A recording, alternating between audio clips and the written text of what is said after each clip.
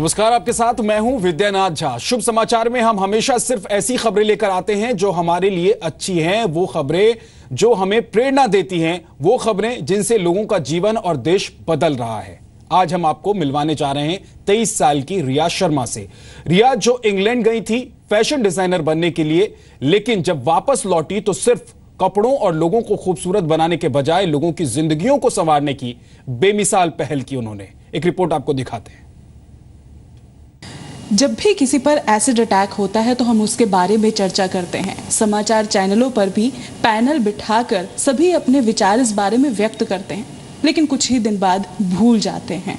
अगर आज मैं आपसे किसी एसिड अटैक पीड़ित का नाम भी पूछूं तो शायद ही आपको याद हो, लेकिन आज मैं आपको मिलवाने जा रही हूं रिया शर्मा से, जिनकी उम्र तो काफ़ी कम है लेकिन काम करती हैं इन एसिड अटैक पीड़ितों को अंधेरे की जिंदगी से बाहर लाने का।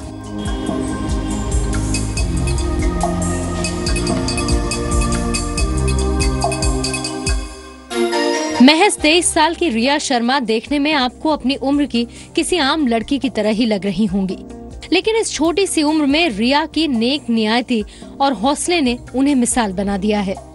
रिया ने एसिड अटैक की शिकार हुई महिलाओं के दर्द बांटने की नई राह अपनाई है। दिल्ली की रहने वाली और ब्रिटेन के लीड्स कॉलेज से फैशन आर्ट में ग्रेजुएट रिया ने फैशन डिजाइनर जैसे ग्लैमरस पेशे को छोड़कर 2014 में मेक लव नो स्कार्स नाम के एनजीओ की शुरुआत की। एनजीओ का उद्देश्य एसिड अटैक की शिकार हुई महिलाओं का रिहैबिलिटेशन करना है। ये देश में अपनी तरह का इकलौता सेंटर है। हमारा जो एम है, हम इन लड़कियों को, लड़कों को इंडिपेंडेंट बनाना चाहते हैं, डिपेंडेंट कभी नहीं। तो जो भी necessary skills, treatment, legal aid, वो हम सब प्रोवाइड करते हैं, पर हम अपने सर्वाइवर्स को स्पॉइल नहीं करते हैं। कुछ साल पहले रिया एसिड अटैक सर्वाइवर पर एक डॉक्यूमेंट्री बना रही थी और इसी दौरान वो सर्वाइवर से मिलने सरकारी अस्पताल जा पहुंची। अस्पताल और सर्वाइवर के हालात को देखने के बाद उनकी जिंदगी बदल गई। उन्होंने एसिड सर्वाइवर्स के लिए कुछ करने की ठान ली। जब मैं उस वार्ड में थी, मैंने इतना पेन देखा, इतना सफरिंग देखा। उस टाइम मेरे को मेरी प्रोफेसर की बात याद आई थी वार्ड में कि तुम किसी भी टाइम वापस आ सकती हो। पर फिर उस टाइम जब मैंने ये सब देखा, पता नहीं मेरे में क्या आया कि मेरे को ये सिचुएशन बदलनी थी। किसी भी तरह से सिचुएशन में कुछ बदलाव तो लाना था। तो वो एग्जैक्ट मोमेंट था जब मैं बैंगलोर से वापस आई। तब हमने एनजीओ रजिस्टर किया और सोचा कि इसके बारे में कुछ ना कुछ तो करना ही है। सपना और रीना, जिनकी जिंदगी एसिड अटैक के बाद तबाह हो गई थी, लेकिन इनकी हिम्मत और पॉजिटिव सोच इन्हें जिंदगी के अंधेरों से निकालकर नई रोशनी की तरफ ले जा रही है। एसिड अटैक बहुत बुरा वो है जिससे पूरी लाइफ एकदम से खराब हो जाती है। लोग हमें अपने समाज जो है हमें निकाल के बाहर फेंक देता है, ऐसे का हम इंसान नहीं है। बहुत बुरी तरीके से ट्रीट करते हैं लोग, हमसे बात करना पसंद नहीं करते हैं। और अगर हम लोग ओपन निकले बिना किसी डाटा मारे तो लोग हमें घूर घूर के देखते हैं, बातें बनाते हैं। ये सेंटर एसिड अटैक की शिकार हुई महिलाओं को वोकेशनल और स्किल ट्रेनिंग भी देता है। साथ ही रिया उनमें आत्मविश्वास लौटाने के लिए उनकी काउंसलिंग भी करवाती हैं।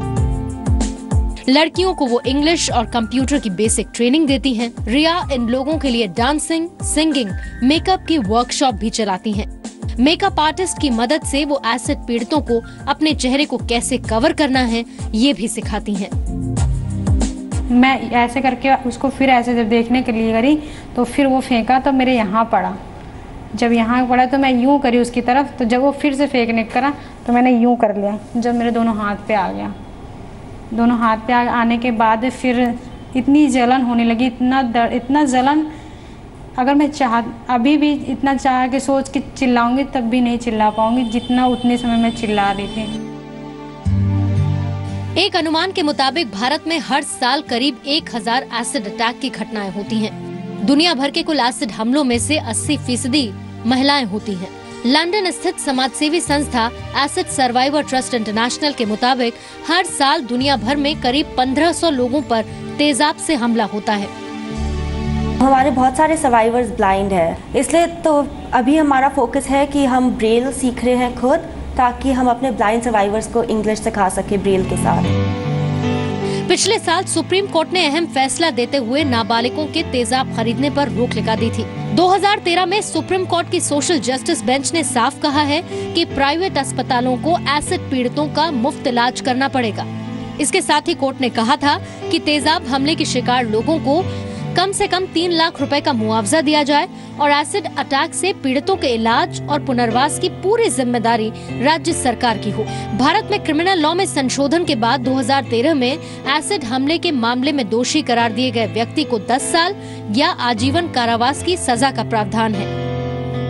रिया ने तो एसिड अटैक सर्वाइवर्स के लिए नेक काम की पहल कर दी है, लेकिन कोशिश आपको और हमें भी करनी होगी समाज में एसिड अटैक पीड़ितों की जिंदगी को संवारने की।